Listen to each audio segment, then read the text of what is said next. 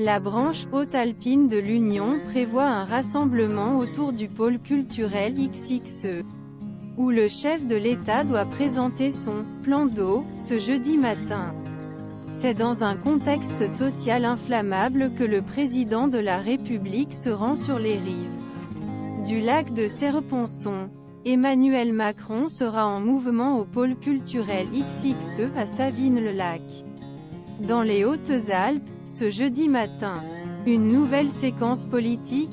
Officiellement, il présentera des côtés particuliers de Christophe Béchu, son ministre de la Transition écologique, son « plan d'eau », réutilisation des eaux usées, fuite sur les réseaux, prix, partage, utilisation agricole. Environ 50 mesures au total seront érigées comme une réponse à une sécheresse historique, dont le lac Serreponçon a été l'un des tristes réflexions l'été.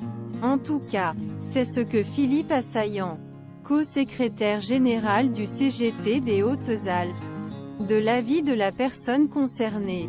Le déménagement d'Emmanuel Macron n'est qu'un moyen de « noyer le poisson ».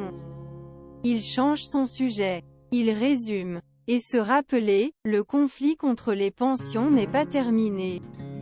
Le syndicaliste, présent mardi dans la procession la manifestation gapençaise, prévoit réserver une réception au chef l'État dans Savines-le-Lac, en hélicoptère, parapente, canoë. Le co-secrétaire du CGT lui assure cependant, la question environnementale est très importante. Nous le portons depuis des années.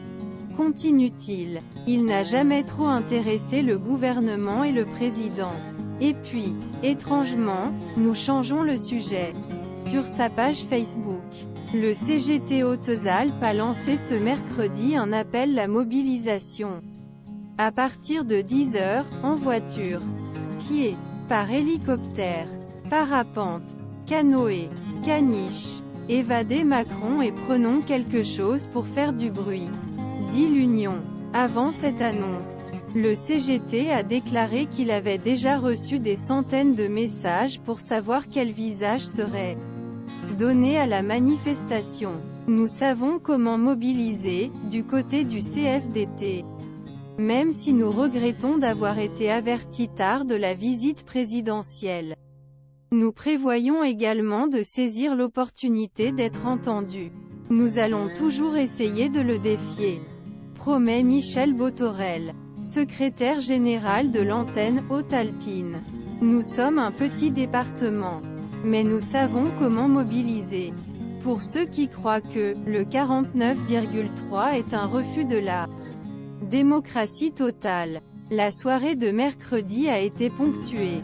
Il se préparait toujours pour il y a quelques minutes un communiqué de presse intersyndicale appelant le rassemblement. La visite d'Emmanuel Macron à Savines-le-Lac sera suivie en direct de midi sur BFM d'ici.